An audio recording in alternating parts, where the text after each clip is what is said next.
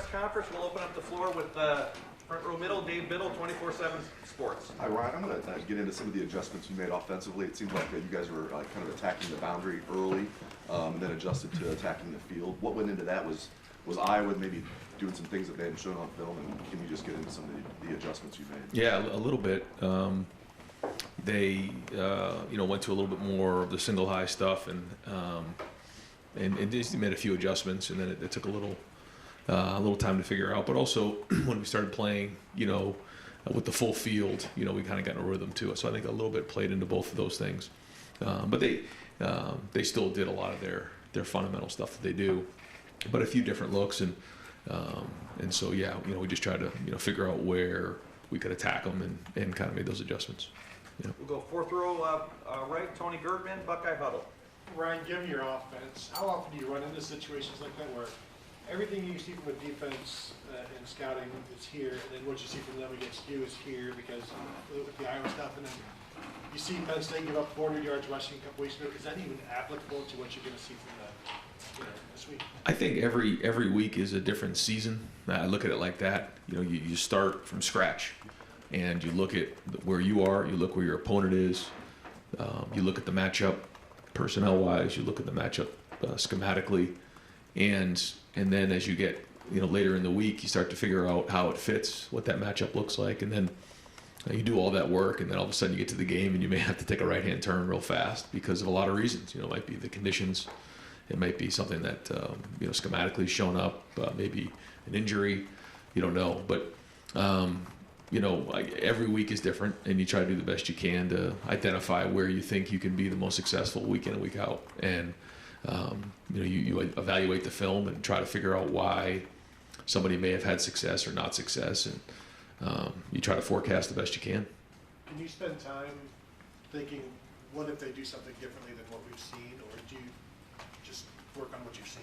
No, that's how I spend probably the 48 hours leading up to a game, is exactly what you just said, and have a lot of sheets of contingency plans in place for what if. And we'd say sometimes you're chasing ghosts, but I've been in games before where we didn't chase those ghosts and we didn't have answers, and that's not a good feeling. So it's our job as coaches to have answers and to put our players in best position to be successful. So that's our job. Right next door, Cameron Teague Robinson, The Athletic. Ryan, when you're not run the ball as well as you have been this season, how much harder does it make it being efficient in the red zone there? And do you feel like that was the main reason why you guys weren't as efficient as you have been in the red zone? I think it played a factor, yeah.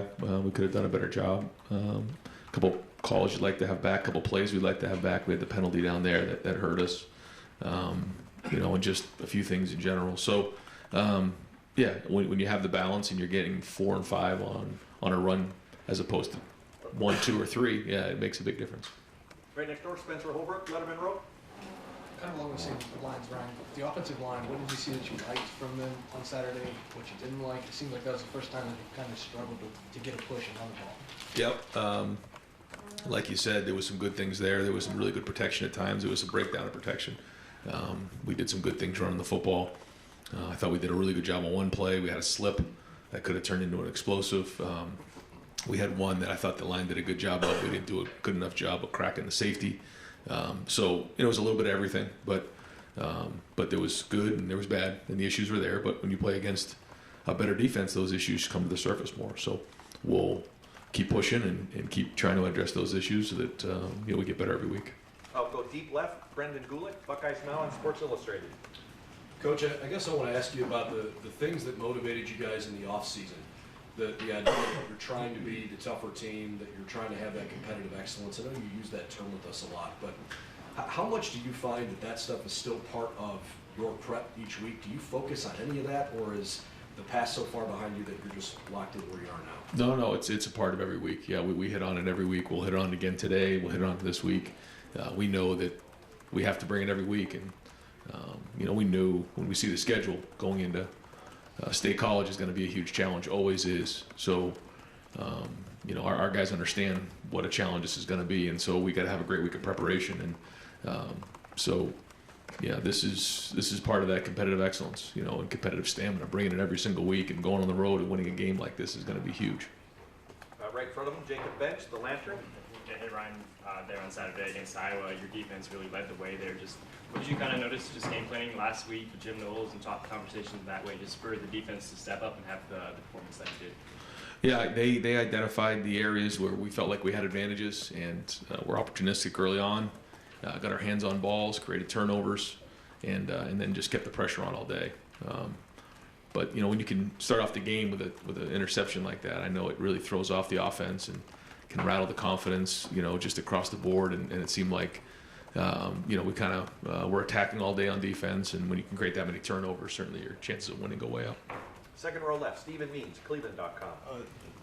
Chip was at running back against Iowa on Saturday. What went into that decision? And is that something that's going to be more permanent, or just like a week-by-week basis? Yeah, we lost TC, for the year, so he won't be available. It's a long-term issue, and he had been doing some good things for us, and so we felt like we needed to provide more depth at that position. And Chip really had come to us a couple weeks ago and just said, "Hey, listen, if you need anything on offense, I'm here for you," which is just the way he is. He's an unbelievable person and great attitude. So, we just felt like the time was right, and so that means EA's got to do a good job of stepping up over there and be the fourth linebacker for us, and we get Taraja back, and so we felt like we had some depth over there at linebacker, and Chip could help us on offense, and certainly has experience of playing last year. So, it's good to get him out there and get him part of the unit, because I think we're going to need him. Front row right, Austin Ward, Rivals, 97.1 The Fan. Ryan, after the pitch count for Jackson, saw him just talking to Heartline, talking to you. Did he want to go back in on Saturday because of the way he came out?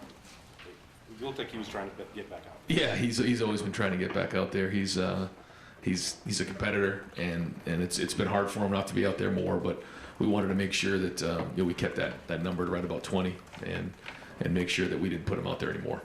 I know you're not going to say too much about this, but it just looked like maybe they were evaluating him for something different than the hamstring. I don't know if that's true or not. That's just the way it looked to me. Is that sort of a yes or no there?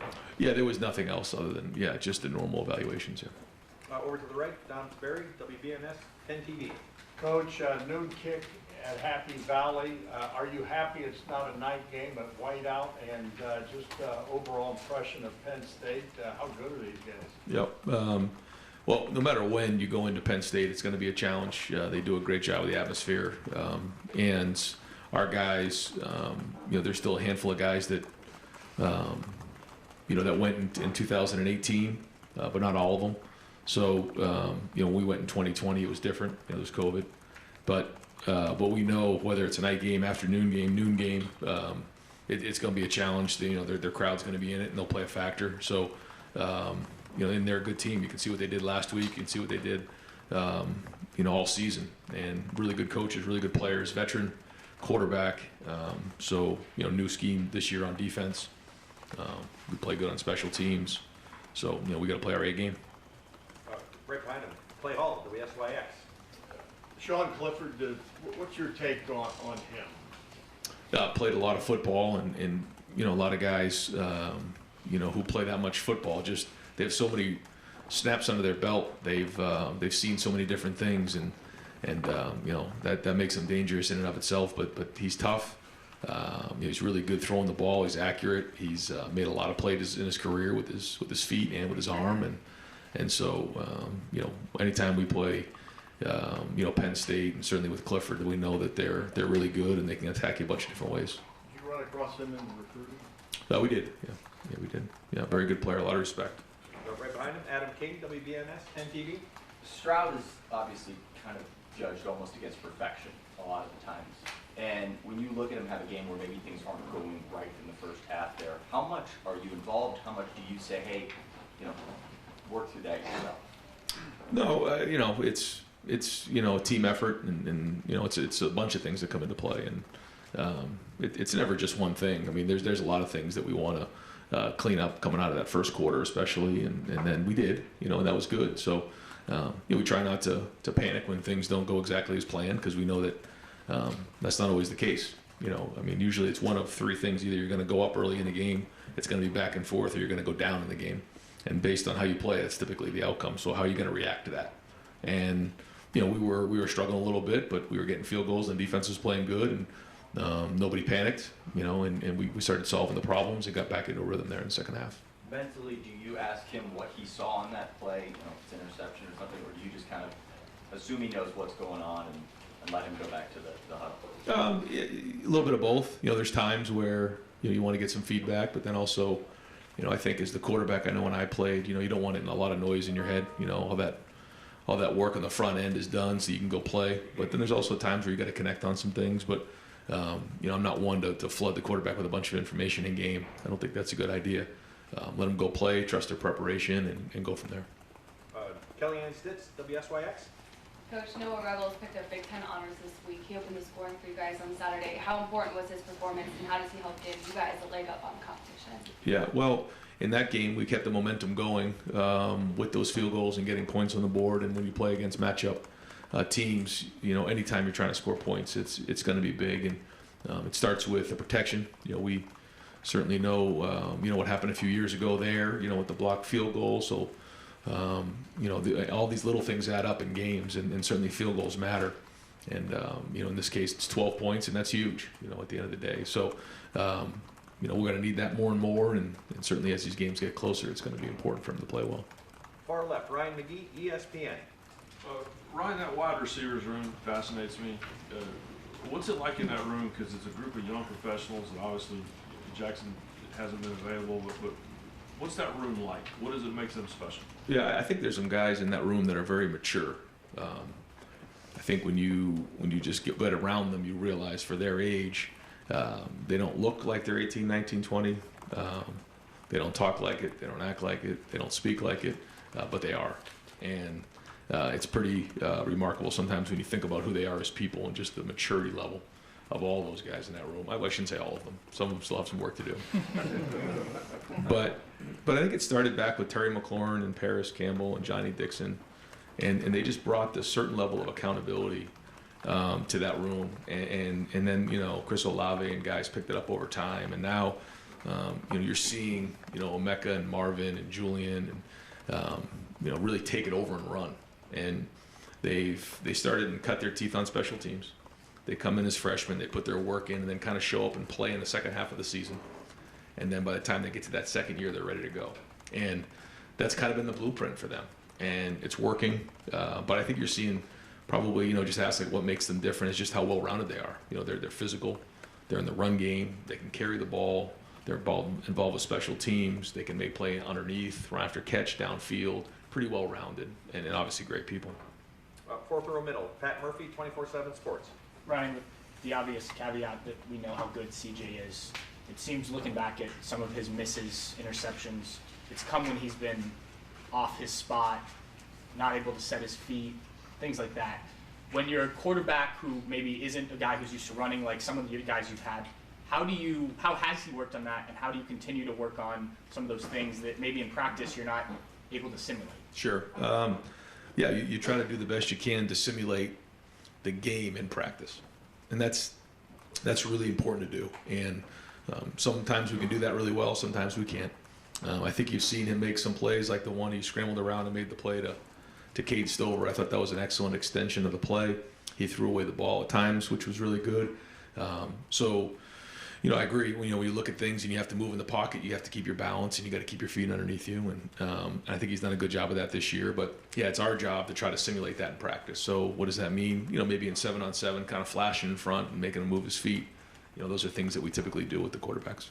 Right next door, Andy Anders, Buckeye Sports Bulletin.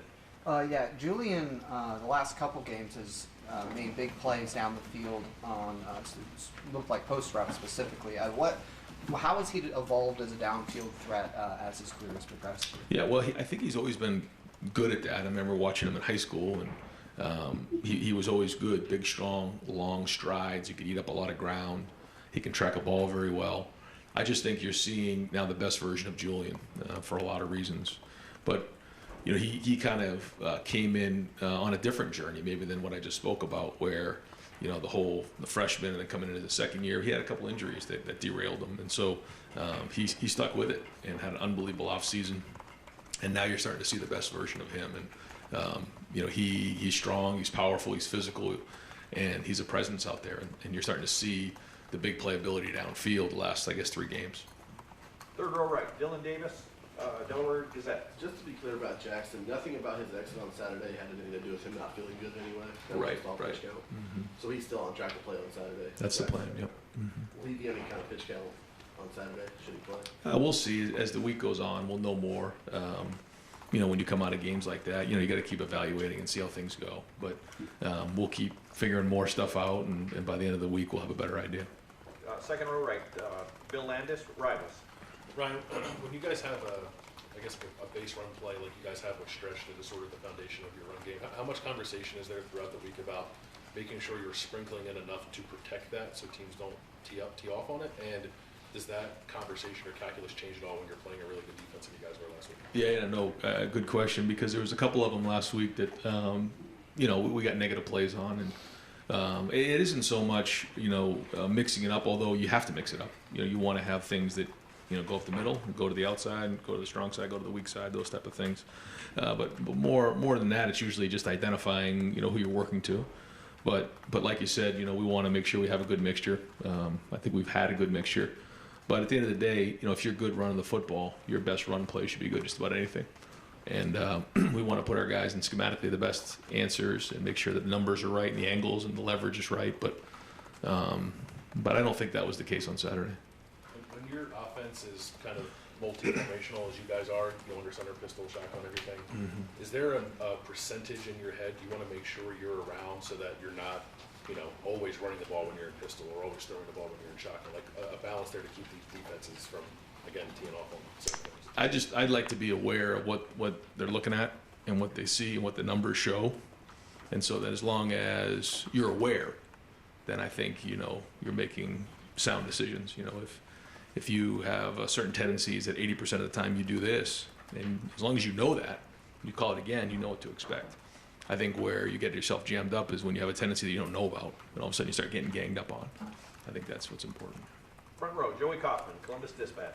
Ryan, you guys have faced some good receivers this year, like Jaden Reed at Michigan State, but wondering what you think of the collection of Penn State's skill position, talent across the board, and just the challenge of that matchup this week for you. Yeah, a big challenge.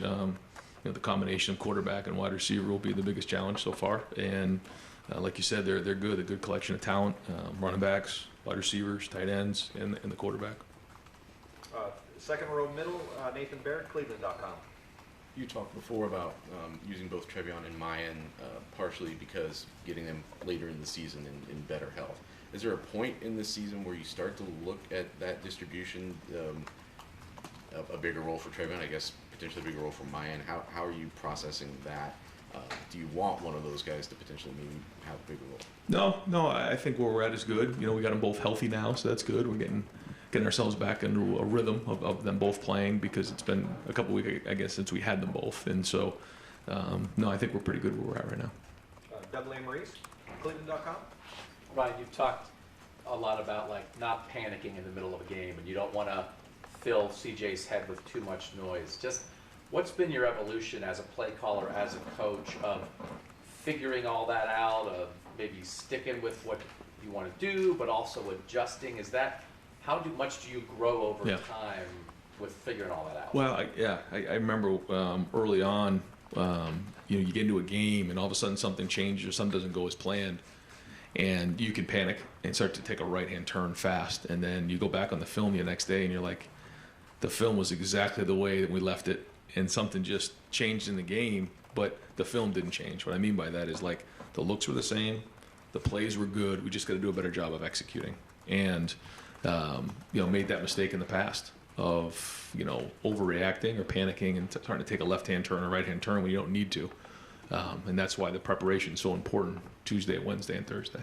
I feel like a lot of times we end up asking about adjustments. Sure. And of course you have to make them, but there also is a part of it of stick to our That's guns and we'll work it out eventually if we believe in ourselves. A little bit of both, for sure. Yeah, a little bit of both for sure. Because you can't overreact, because very rarely does a team just all of a sudden go off the deep end and completely change everything they're doing. But there are some change-ups. For instance, last week, you saw them play a lot more single high, which they were typically almost 80 to 90% quarters going into that game. So you have to make some adjustments in game. But But you can't go, taking a hard right-hand turn. Yeah. Front row right, Tim May, Letterman row. Yeah, I'm not going to try to sneak two questions into one. I'm going to do it overtly. KG veteran. It's hard to imagine, it's hard to imagine this defense without Tanner McAllister in it and without Lathan Ransom in it at this point. And both those guys have had different journeys to get to this moment and stuff. But are you, nothing was promised Tanner, I don't think, when he showed up for Oklahoma State, except you get a shot, right? And then what has Lathan kind of brought to the table here of late that kind of sets him apart? Tanner, yeah, exactly what you said. He came in with Jim, and it just all kind of worked out great. And he understood that he had to work and earn his way into, playing at Ohio State. This isn't a place you just walk in and play. There's a lot of pride here, a lot of work that's been done, and certainly because of our off season and the work we put in the off season, it's very difficult for someone just to step in. It takes a very special person, and we've had a few over the years. Trey Sermon and Jonah Jackson, and Justin Fields, and now Tanner, and Chip's doing a good job too, just the way he's gone about his business. And so in this year, or this day and age of the transfer, we try to be really smart about that, because I think our culture is really important.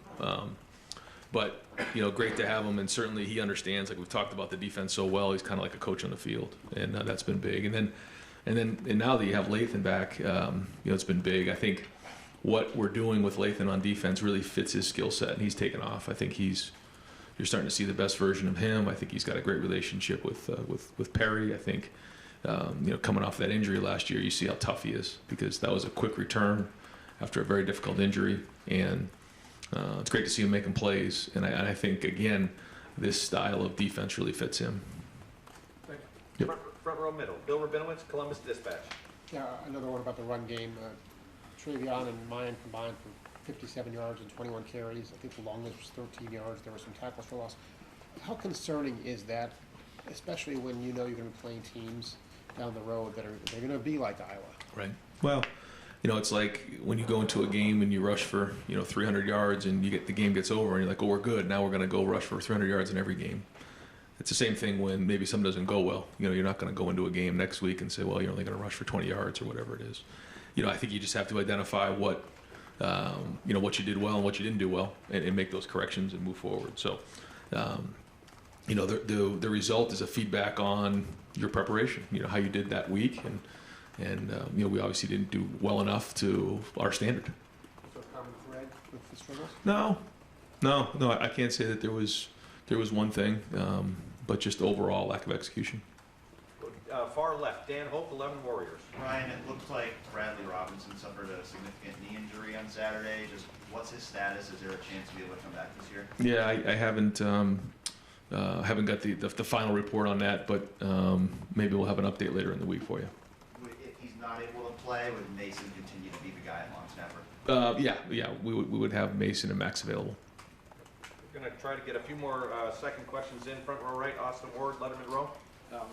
Ryan, your football robot at linebacker scored a touchdown on Saturday, and he seemed incredibly nonplussed about it afterwards. Right. Did you get any emotion from him? I mean, it's a pretty big deal to score a touchdown for Ohio State. Not even a smile we could get out of him. We got a little smile. I saw a little smile. I don't know if he'll admit it or not, but I saw a little one creak. But, and to see him, celebrate in the end zone, that's about as much as you're going to get from Tommy. But he's just so consistent and solid, and he has really, and I've seen it, just, again, quietly is probably not the right word, but just when no one's watching, he's got a strong voice, and I've heard it, I've seen it, and when he says something, people listen, but he's not one that's going to be out in front barking at everybody, but when he's in the room, and he's on the field, and he's got a strong presence. Doug Lamreese, Cleveland.com. Do you know Manny Diaz very well at all, Penn State coordinator? And then what do you think of the defense they're running this year? Yeah, I don't. I think we've maybe met once, but a lot of respect for him, and they've, they have a really talented defense, and he's really good in terms of schematics and what they do. They do a lot of stuff, and so we got to be prepared for it. Did you consider him at all this offseason? I tried not to really get into who we talked about or interviewed and everything like that, so rather not get into that now, but again, a lot of respect for who he is as a coordinator.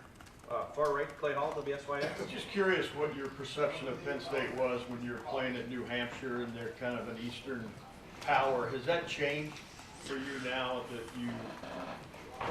Yeah. I mean, growing up watching Penn State was a big deal. Yeah, and when you're in the Northeast and watching some of those teams and the national championship team, and a lot of respect for that program over the years and what they've done, and so it's just, I guess it's just an evolution of the game. And it's like when I coached the NFL and had to go into Foxborough and we had to play Brady and Belichick. I didn't know whether I was supposed to cheer for myself or for them. So just things happen in your career and you just move on. And but what a great program, and obviously what a great place to play. Do you think it's still there? I mean, that profile, that notoriety, that. No question. Absolutely. Yep. Deep left, Dan Hope, 11 Warriors. Ryan, we didn't see Josh Proctor play at all on Saturday. Just wonder, was there any reason he didn't play other than Latham being the starter? Just an illness. Yeah, he'd be back practicing this week. Front row middle, Bill Rabinowitz, Columbus Dispatch. Yeah, you're obviously familiar with Mike Yursich. Just want to get your thoughts on him and how instrumental he was in getting CJ here. Yeah, first up big with that first year in developing Justin, which was really important, and then certainly had a huge hand in recruiting CJ. I remember when he and I were out in California recruiting, and I was supposed to be at the Home Depot Awards that I missed, Jerry, and we got in trouble that night. Remember, because I wasn't there. Well, I think they wanted to fine us for that, but I was. Maybe did. Did they? Yeah. Well, fine you. Well, we were doing a home visit with C.J. Stroud, so they can fine us. They can fine us whatever they want. But that was on a Thursday after the Big Ten championship game, and he was a big hand in that, and certainly had a great relationship with he and Kim and the whole family. So, but a very good mind, very sharp, always creative, and a really good play caller. I didn't know that's who you were visiting. Yeah, that was it. Yeah. Second row middle, Nathan Barrett, Cleveland.com. What went into that number, the 20 number on Jackson's pitch count, and I guess I know you're going to say week-to-week evaluation, Yeah. but like, is there a ramping up that you anticipate to happen that gets him to a bigger role, and any concept of how long that might take? So this is, something that, we have such great people in sports medicine and our doctors, and so, there's really been a very specific plan on how to get him back to playing, number of total yards per day, number of high-speed yards per day, and then after each practice, evaluating the strength of range of motion and strength. And so, we're just kind of following that lead. It's way over my head. I'm trying to figure out what to call on third down and all the strength and numbers and things like this. So we're just relying on the doctors to give us the information, and we just go from there. Who was kind of the main point person for that? There's everybody involved. Yeah, it's all hands on deck. Far left, Steve Hellwagon, 24/7 Sports. Yeah, Coach. Cameron Brown, I think, that missed the last game as well at corner, and Jordan Hancock, I think, finally got to play a little bit. Just those two situations, kind of where's Cam, and what was the response on how Jordan did his first time out? Yeah, Cam, not a long-term thing at all, so expecting to have him back soon. But great to see Jordan back out there. It's been a long road for him. He's been dying to get back on the field, and there was ups and downs during I guess it was 9 weeks, where he was coming back and did a great job of being, especially in the last couple weeks, of really diving in and being serious and making sacrifices and really focusing on being healthy to get back out there. But Jordan Hancock loves playing football, and you can see it in his play, and it's great to have him back on the field with our defense. Fourth row right, Cameron Teague Robinson, The Athletic. Ryan, you mentioned Iowa is normally a quarters type of defense. They come out and play single high on you. I know you guys have a script when you start the game. As a play caller, at what point, when you realize that Iowa is doing something different than you think, do you throw the script away, or do you have stuff in that script to adjust to different looks you expect? Yeah, a little bit of both. We don't really script like the first 10 plays. We have openers. And the reason why we don't do that is really for what happened on Saturday. You have like 10 plays that you script in your practice, and all of a sudden your first 3 drives are, on like the whatever yard line it was. And so, we have some things that we like that we rep out and walkthroughs before, and first third down calls, first red zone call, and then we quickly adjust from there, like you're saying, because I've just been around it before, where you spend so much time getting good at those 10 plays, and then once those 10 plays are over, you got no rhythm, and so we try not to do that, but we do have opening thoughts.